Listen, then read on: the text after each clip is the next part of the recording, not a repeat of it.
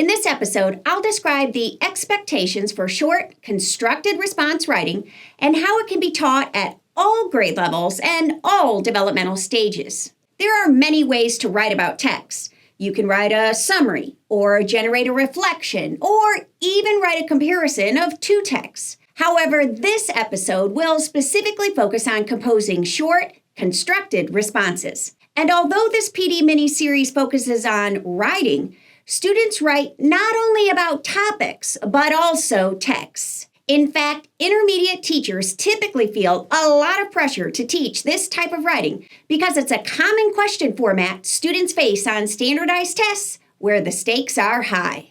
Let's first define what this type of writing is. A short, constructed response is a brief piece of writing, typically 3 to 5 sentences. This type of writing is in response to an open-ended question or prompt where the answer is not explicitly stated in the text, but implied through details or clues.